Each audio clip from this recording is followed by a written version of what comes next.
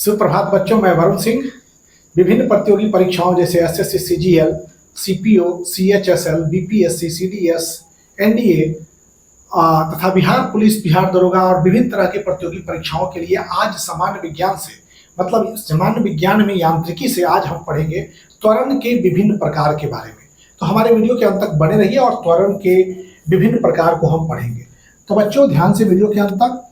तो पिछले लेक्चर में हमने त्वरण के बारे में पढ़ा था कि वेग परिवर्तन के दर को त्वरण कहते हैं। तो त्वरण एक सदिश राशि है। त्वरण का एसआई मात्रक मीटर प्रति सेकंड स्क्वायर होता है। तो त्वरण मतलब इंग्लिश में इसको एक्सेलरेशन कहते हैं। एक्सेलरेशन के प्रकार। तो बच्चों हम लोग 4 प्रकार के त्वरण को पढ़ेंगे। त्वरण के 4 प्रकार हैं। पहला है एक समान त्वरण।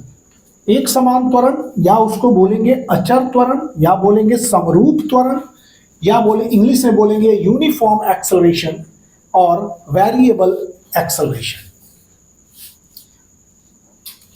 जनरली हम लोग पढ़ेंगे यूनिफॉर्म एक्सेलरेशन और कांस्टेंट एक्सेलरेशन। Uniform acceleration. तो बच्चों यहां पर त्वरण में एक समरूप त्वरण के बारे में पढ़ेंगे जिसको एक समान त्वरण बोलते हैं, या यूनिफॉर्म एक्सेलरेशन या कांस्टेंट एक्सेलरेशन आप यूज कर सकते हैं। Constant acceleration, constant acceleration. तो सामान्य त्वरण या कांस्टेंट वैसे त्वरण जिसमें कि एक्सेलरेशन का परिमाण बदलता नहीं है। यदि किसी वस्तु के वेग में समान समय अंतरालों में सामान्य परिवर्तन होता है, यहां वेग में परिवर्तन होना चाहिए त्वरण के लिए। एक समान त्वरण के लिए एक समान समय अंतराल में वेग में एक समान परिवर्तन होता है तो वस्तु का त्वरण कहलाता है एक समान त्वरण। मतलब किसी वस्तु के वेग में समान समय अंतराल में सामान्य परिवर्तन होता है तो वस्तु का त्वरण एक समान त्वरण कहलाता है। जैसे मुक्त रूप से कोई पिंड जब ऊपर से नीचे गिराया जाता है तो gravity, acceleration due to gravity, ये जो है 9.8 मीटर पर सेकेंड स्क्वायर से खींचती है पिंडों को अपनी केंद्र की तरफ। तो ये जो है 9.8 हर जगह बना हुआ है, मतलब एक समान त्वरण से खींचती है। इसका एक उदाहरण है ऊंचाई से गिरती हुई वस्तु जो है उस पर किस तरह का त्वरण लगता है, एक समान त्वरण, समरूप त्वरण। तथा नत समतल से लुढ़कती हुई एक समान त्वरण होता है। नत समतल मतलब ये इंक्लाइन प्लेन हो गया। इंक्लाइन प्लेन जैसे कि ये हो गया, यहाँ पर थीटा एंगल है, यहाँ कोई वस्तु रखा गया है, ये वस्तु इस नत समतल पर लुढ़क रही है तो यहाँ पर एक समान त्वरण लगता है जी साइन थीटा, हम लोग पढ़ेंगे। लेकिन ये जो है एक समान त्वरण से ये नीचे की ओर लुढ़कता है, कहाँ, नत समतल। ये जो इंक्लाइन है इस तरह से, ऐसे इंक्लाइन को हम लोग बोलते हैं नत समतल। देखते होंगे कि कभी कभी किसी सामान को लोडिंग करते समय ट्रक या बसों में इस तरह से इंक्लाइनेशन बनाया जाता है, नत समतल। ये थीटा जो है ये कोण है। तो नत समतल पर लुढ़कती हुई वस्तु में एक समान त्वरण होता है। तो एक समान त्वरण में जैसे बच्चों मान लीजिए किसी पिंड को हम पृथ्वी से h ऊंचाई है, ये इस वस्तु की ऊंचाई h ऊंचाई से जब कोई वस्तु नीचे की ओर गिरती है तो हर पॉइंट पर त्वरण जो है g लगता है। हर पॉइंट पर त्वरण क्या है, g। मतलब ये 9.8 मीटर पर सेकेंड स्क्वायर का त्वरण जो है हर जगह विद्यमान है, 9.8 मीटर पर सेकेंड स्क्वायर। यहां भी क्या है, इस पर 9.8 मीटर पर सेकेंड स्क्वायर का त्वरण है। तो मतलब ऊंचाई से गिरती हुई वस्तु किस प्रकार का त्वरण होता है, एक समान त्वरण होता है। यह त्वरण कभी बदलता नहीं है। 9.8 मीटर पर सेकेंड स्क्वायर सुविधा के लिए 10 मीटर पर सेकेंड स्क्वायर भी किया जा सकता है, यह सुविधा के लिए है। हालांकि g का वैल्यू जो है वो 9.8 मीटर पर सेकेंड स्क्वायर, मतलब ऊंचाई से गिरती हुई वस्तु पर एक समान त्वरण कार्य करता है पर सेकेंड स्क्वायर। अब बच्चों अब हम लोग पढ़ेंगे असामान्य त्वरण। दूसरा है त्वरण में असमान। पहला हमने सामान्य त्वरण, समरूप त्वरण को पढ़ा। अब असामान्य त्वरण या अस्थिर त्वरण क्या है। तो नॉन यूनिफॉर्म एक्सेलरेशन, इसको कहते हैं variable acceleration. Non uniform acceleration या वेरिएबल एक्सेलरेशन, हिंदी में अस्थिर त्वरण, इसको असमरूप त्वरण भी कह सकते हैं या असामान्य त्वरण भी कह सकते हैं। तो असामान्य त्वरण या अस्थिर त्वरण क्या है? तो यदि किसी वस्तु के वेग में, देखिए यहां पर, किसी वस्तु के वेग में समान समय अंतराल में, देखिए समान समय अंतराल में भिन्न भिन्न परिवर्तन होता है। समान समय अंतराल में यदि वेग में भिन्न भिन्न परिवर्तन होता है तो वस्तु का त्वरण असामान्य त्वरण कहलाता है। तो उस वस्तु के त्वरण को असामान्य त्वरण कहते हैं। मतलब वेग, वस्तु के वेग में समान समय अंतराल में, मतलब मान लीजिए डेल्टा टी में यहाँ 5 मीटर प्रति सेकेंड है, फिर उतना ही समय में क्या है कि फिर उतना ही समय में हो गया आपका 20 मीटर प्रति सेकेंड हो गया, और उतना ही समय में हो गया 40 मीटर प्रति सेकेंड। मतलब कहने का अर्थ है कि समान समय अंतरालों में किसी वस्तु के वेग में भिन्न भिन्न परिवर्तन होता है, एक समान परिवर्तन नहीं। यहाँ भिन्न भिन्न वेग में भिन्न भिन्न परिवर्तन होता है। अगर वेग में एक समान परिवर्तन होता तो आपका समरूप त्वरण होता। तो यही बात है, यदि किसी वस्तु के वेग में समान समय अंतराल में वेग में अगर भिन्न भिन्न परिवर्तन होता है तो वस्तु का त्वरण असामान्य त्वरण कहलाता है। जैसे कि मान लीजिए कि t = 5 सेकेंड पर आपका 10 मीटर प्रति सेकेंड, t = अगले 5 सेकेंड में 15 मीटर पर सेकेंड, फिर t = अगले 5 सेकेंड में आपका 45 मीटर पर सेकेंड है। मतलब समान समय अंतराल में वेग में भिन्न भिन्न परिवर्तन होता है, तो वैसे त्वरण को हम लोग असामान्य त्वरण कहते हैं या अस्थिर त्वरण कहते हैं, इस तरह के त्वरण को।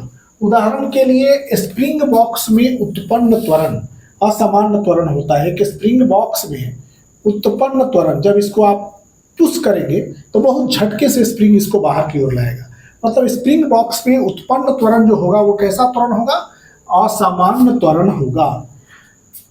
अब हमारा थर्ड पॉइंट है औसत त्वरण, एवरेज एक्सेलरेशन। एवरेज एक्सेलरेशन क्या होता है बच्चों? जब एक वस्तु परिवर्ती त्वरण से गतिमान, याद रखिए, एक वस्तु परिवर्ती त्वरण से गतिमान है, तब गतिशील वस्तु के वेग में कुल परिवर्तन तथा उसमें लगे कुल समय के अनुपात को वस्तु का औसत त्वरण कहलाता है। मतलब परिवर्ती वेग में किसी वस्तु के परिवर्ती त्वरण से गतिमान है अगर, तो गतिशील वस्तु के वेग में कुल परिवर्तन तथा लगा कुल समय उसका औसत त्वरण कहलाता है। औसत त्वरण मतलब वेग में कुल परिवर्तन, जैसे औसत वेग बराबर विस्थापन में कुल परिवर्तन, तो उसी तरह से कुल विस्थापन था बटा में कुल समय होता है औसत वेग। उसी तरह से औसत त्वरण क्या होगा? वेग में कुल परिवर्तन बटा लगा कुल समय औसत त्वरण होता है। तो किसी भी प्रकार का त्वरण हो उसका ऐसा यूनिट क्या होगा? मीटर प्रति सेकंड स्क्वायर, और कोई भी प्रकार का त्वरण है उसका यूनिट होगा मीटर पर सेकंड स्क्वायर, और वो एक सदिश राशि होगा। त्वरण हमेशा होता है क्या? सदिश राशि होता है। तो औसत त्वरण में वेग में कुल परिवर्तन बटा लगा कुल समय होता है औसत त्वरण, एवरेज वेलोसिटी या एवरेज एक्सेलरेशन इसको कहते हैं। औसत त्वरण को एवरेज एक्सेलरेशन कहा जाता है। अब बच्चों तात्क्षणिक त्वरण के बारे में पढ़ेंगे, लेकिन इसके पहले हमने औसत त्वरण जो पढ़ा, तो औसत त्वरण जो होता है वो धनात्मक हो सकता है, ऋणात्मक हो सकता है, ये हो सकता है, क्योंकि यह वेग में परिवर्तन के चिन्ह पर निर्भर करता है। औसत त्वरण किस बात पर निर्भर करेगा? यह वेग में परिवर्तन के चिन्ह पर निर्भर करता है। औसत त्वरण आपका धनात्मक ऋणात्मक हो सकता है, लेकिन यदि दिए गए समय अंतराल में वस्तु का वेग परिवर्तन शून्य है, देखिए यहाँ पर दिए गए समय अंतराल में वस्तु का वेग परिवर्तन शून्य है, तब औसत त्वरण भी शून्य होगा, क्योंकि वेग एक सदिश राशि है और त्वरण भी सदिश राशि है। और वेग परिवर्तन के दर को त्वरण कहते हैं। तो अगर वस्तु के वेग परिवर्तन शून्य हो जाता है तो वहां औसत त्वरण भी शून्य होता है। औसत त्वरण धनात्मक, ऋणात्मक या शून्य हो सकता है। अब फोर्थ है बच्चों तात्क्षणिक त्वरण। तात्क्षणिक त्वरण का अर्थ होता है इंस्टेंटेनियस एक्सेलरेशन, मतलब किसी विशेष क्षण, किसी विशेष समय पर वस्तु की गति में त्वरण, किसी विशेष समय पर वस्तु की गति में त्वरण तात्क्षणिक त्वरण कहलाता है। तात्क्षणिक त्वरण को इंग्लिश में इंस्टेंटेनियस एक्सेलरेशन भी कहते हैं। तो ये बच्चों की तात्क्षणिक त्वरण क्या होता है कि किसी विशेष क्षण पर वस्तु की गति में जो त्वरण उत्पन्न होती है उसको तात्क्षणिक त्वरण कहते हैं। और यहां हमने बताया औसत त्वरण के बारे में कि औसत त्वरण क्या होता है आपका, धनात्मक होता है या ऋणात्मक हो सकता है या आपका शून्य भी हो सकता है। ये वेग में परिवर्तन के चिन्ह पर निर्भर करता है। लेकिन तात्क्षणिक त्वरण किसी विशेष क्षण पर वस्तु की गति में त्वरण तात्क्षणिक त्वरण कहलाती है। अब बच्चों विभिन्न प्रकार के ग्राफ्स को हम लोग थोड़ा देखें। हम लोग पढ़ेंगे गति में ग्राफिकल रिप्रेजेंटेशन ऑफ मोशन, मतलब गति का ग्राफीय प्रदर्शन। ग्राफिकल रिप्रेजेंटेशन ऑफ मोशन में पहले हम लोग पढ़ेंगे विस्थापन समय ग्राफ, विस्थापन और समय। तो विस्थापन समय ग्राफ में एक अक्ष जिसको एक्स अक्ष कहते हैं, इस एक्स अक्ष के तरफ समय का प्लॉटेशन किया गया है, टाइम है ये, और ये वाई अक्ष, वाई अक्ष के तरफ हमने क्या चीज को प्लॉट किया है, विस्थापन को प्लॉट किया। इधर विस्थापन है जिसको हम लोग डिस्प्लेसमेंट कहते हैं और एक्स अक्ष के तरफ समय रखा गया है। देखिए विस्थापन जो है वो समय के साथ समानांतर है। यहाँ अगर ये ऊपर जाता लाइन तो इसका अर्थ है समय के साथ विस्थापन बढ़ रहा है। विस्थापन, समय भी बढ़ रहा है, विस्थापन भी बढ़ रहा है। लेकिन इस स्थिति में जब विस्थापन का जो ग्राफ है वो समय के ग्राफ के साथ समानांतर है, ये देखिए समय भी इस रेखा में है और विस्थापन का ग्राफ भी इस रेखा में है। मतलब कह सकते हैं कि विस्थापन का ग्राफ जो है, विस्थापन वो समय के समानांतर हो रहा है। समय के जब समानांतर होगा तो वहाँ ढलान जो होगा वो 0 डिग्री का होगा और वहाँ पर वेग जो होगा वो शून्य होगा। तो विस्थापन सीधे सीधी है, मतलब कि समानांतर है समय के साथ। यहाँ इसके कहने का अर्थ है कि कोई इसमें विस्थापन में कोई परिवर्तन नहीं हो रहा है। अतः आप कह सकते हैं कि जो विस्थापन शुरू में है वही, जैसे कि मान लीजिए कि ये 15 मीटर है और ये समय है 10 सेकेंड, तो 10 सेकेंड पर विस्थापन 15 मीटर है। फिर 20 सेकेंड पर कितना है, ये 15 मीटर ही है। फिर 30 सेकेंड पर कितना है, ये 15 मीटर ही है। मतलब समय आपका बदल रहा है लेकिन विस्थापन जो है अपने उसी स्थिति को, वस्तु जो है अपने उसी स्थिति को बरकरार किए हुए। तो वस्तु की स्थिति में कोई परिवर्तन नहीं हो रहा है। तो यहाँ क्या होगा, समय अक्ष के समानांतर रेखा, ये जो समय अक्ष के समानांतर रेखा कण की विराम की स्थिति को प्रदर्शित करता है। अगर इस तरह का विस्थापन समय ग्राफ हो तो हम ये कहेंगे कि कण जो है विरामा स्थिति में है। मतलब कि विस्थापन, मान लीजिए बच्चों कि ये ग्राफ इस तरह से प्लॉट कर रहे हैं। ये है टाइम का प्लॉट, यहाँ पर 2 सेकेंड, 5 सेकेंड, 8 सेकेंड, और इधर है विस्थापन 10 मीटर, 20 मीटर, ये विस्थापन। तो देखिए 2 सेकेंड 20 मीटर विस्थापन है, मतलब विस्थापन में कोई परिवर्तन नहीं हो रहा है। 2 सेकेंड पर भी 20 मीटर है, 5 सेकेंड पर भी 20 मीटर पर दूरी पर है, 8 सेकेंड पर भी 20 मीटर की दूरी पर है। तो ये विस्थापन जो है वो समय के साथ समानांतर, विस्थापन समय ग्राफ जो है एक दूसरे के जब समानांतर होता है तो वहां हम कहेंगे कि एक पिंड जो है विराम की स्थिति को प्रदर्शित करता है, पिंड विरामावस्था में। अब दूसरा ग्राफीय प्रदर्शन ये है कि एक अक्ष के तरफ हमने इधर विस्थापन को रखे हैं, ये विस्थापन का है और इधर है समय का। समय इधर से ऐसे बढ़ रहा है और विस्थापन ऐसे बढ़ रहा है। तो देखिए यहाँ पर विस्थापन, मतलब कि जैसे जैसे विस्थापन बढ़ रहा है, समय बढ़ रहा है, वैसे वैसे इसका विस्थापन भी बढ़ता जा रहा है, समय इस तरह से, मतलब यहाँ जो ढाल है एक नियत ढाल बन रहा है, थीटा, यहाँ भी थीटा, यहाँ भी थीटा, मीन्स हर जगह जो ढलान है वो थीटा क्या है, एक समान है, नियतांक है। ढलान क्या है, नियतांक है। अतः वेग क्या हो गया, वेग नियतांक हो गया। और जब वेग नियत हो जाता है तो वहां त्वरण शून्य हो जाता है। आप कह सकते हैं कि समरूप वेग में त्वरण क्या होगा, शून्य होगा। मतलब जब पिंड समरूप गति में होती है वहां त्वरण नहीं होगा, क्योंकि वेग में कोई परिवर्तन नहीं होता है। और आप जानते हैं कि त्वरण जो होता है, वेग परिवर्तन होगा तभी त्वरण होगा। वेग परिवर्तन के दर को त्वरण कहते हैं, लेकिन यहाँ वेग क्या है, नियतांक है। जहाँ वेग में कोई परिवर्तन नहीं है और वहां त्वरण आपका शून्य होगा। तो विस्थापन देखिए, विस्थापन बढ़ रहा है समय के साथ, लेकिन ढलान जो है, हर जगह ढलान जो है वो बराबर बना हुआ है। तो ऐसी स्थिति में क्या होता है कि ढलान, फिर से एक बार समझ लीजिए कि ये कोण थीटा है, तो मतलब ये विस्थापन समय के साथ जो दिखाया जा रहा है, इसको देखिए 2 सेकंड पर ये है, 4 सेकंड, मतलब ये जो ढलान है, ये कोण, ये थीटा सब के लिए क्या है, सब मान बराबर है, अतः भी नियतांक है। तो ए शून्य हो जाएगा। नियत ढाल की रेखा, ये क्या है, ऐसी रेखा है जो नियत ढाल की रेखा है। एक सीधी रेखा विस्थापन और समय के साथ, एक सीधी रेखा जो होती है वो नियत ढाल की रेखा हो तो कण एक समान वेग को प्रदर्शित करता है। मतलब ये समरूप वेग को प्रदर्शित करता है, सीधी रेखा ये एक समरूप वेग को प्रदर्शित करता है। अब अगला ग्राफ है समय ग्राफ में हम लोग तीसरा ग्राफ जो है ये देखेंगे कि एक अक्ष की तरफ विस्थापन है और दूसरे अक्ष की तरफ समय है। तो बच्चों विस्थापन जो है ये अगर इधर y अक्ष की तरफ विस्थापन है और x अक्ष की तरफ समय रखा गया है, तो यहाँ देखिए समय, ये समय है इधर और इधर विस्थापन है ग्राफ।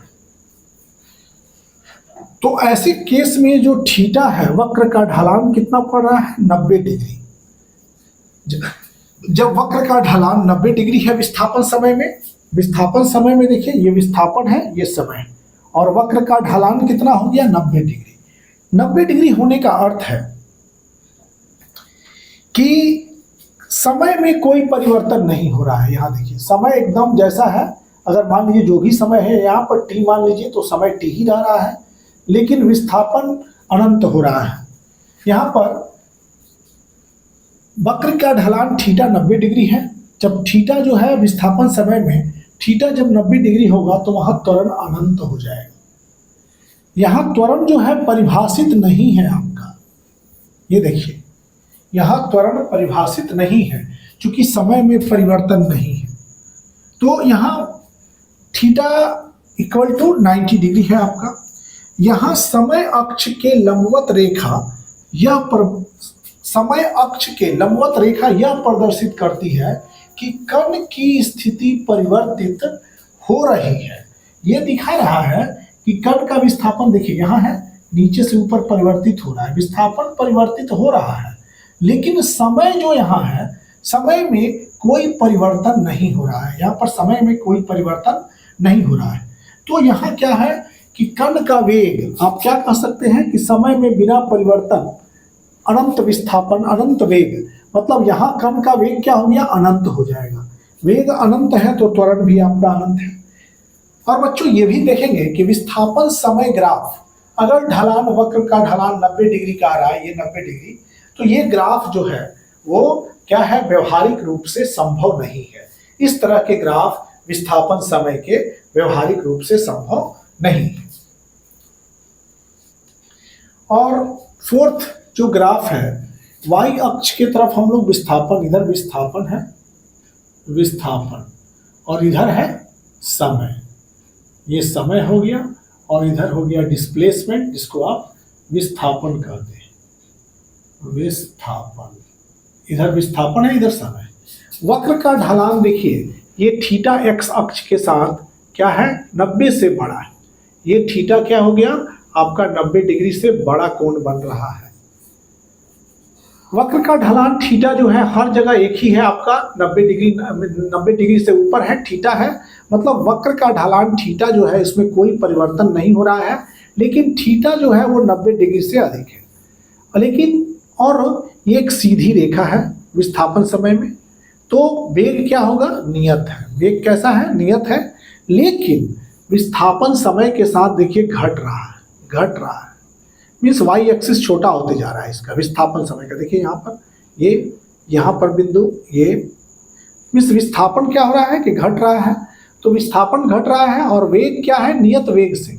तो यहाँ पर वेग नियत है लेकिन ऋणात्मक होगा, चूंकि थीटा 90 डिग्री है, ढलान जो है वो 90 से ऊपर है। अतः ऋणात्मक ढाल की रेखा, जो ऋणात्मक ढाल वाली रेखा है वो क्या प्रदर्शित करती है कि कर्ण निर्देश बिंदु की तरफ आ रही है, मतलब अपने ओरिजिन की तरफ आ रहा है। कर्ण किधर आ रहा है, वो बिंदु की तरफ आ रहा है। देखिए यहाँ पर विस्थापन समय ग्राफ में जब थीटा 90 से अधिक हो तो वैसे केस में जान जाइए कि थीटा 90 से अधिक है, लेकिन यहाँ पर अगर सीधी रेखा है तो वेग नियत है लेकिन ऋणात्मक होगा, चूंकि विस्थापन जो है वो समय के साथ आपका घटता जा रहा है। अतः ये ऋणात्मक ढाल है कि रेखा यह प्रदर्शित करती है कि कर्ण निर्देश बिंदु की तरफ आ रहा है, इस बिंदु की तरफ, निर्देश बिंदु की तरफ आ रहा है। तो ये फोर्थ ग्राफ था। अब बच्चों ये सामान्य विज्ञान जो कि यांत्रिकी में गति से हम लोग विस्थापन समय ग्राफ को बता रहे थे, समझा रहे थे आपको, तो इस विस्थापन समय ग्राफ के साथ ही हमारा आज का ये 9th लेक्चर जो कि सामान्य विज्ञान से गति से था, और आज विस्थापन समय ग्राफ अंत में इस विस्थापन समय ग्राफ की पढ़ाई हुई, और इसके साथ ही हमारा ये लेक्चर यहीं पर समाप्त हो रहा है। अगले लेक्चर में फिर विस्थापन समय और वेग समय ग्राफ के साथ मिलते हैं। तब तक आप सबको धन्यवाद हमारे वीडियो को देखने के लिए। आप हमारे चैनल को लाइक कीजिए, शेयर कीजिए और सब्सक्राइब कीजिए।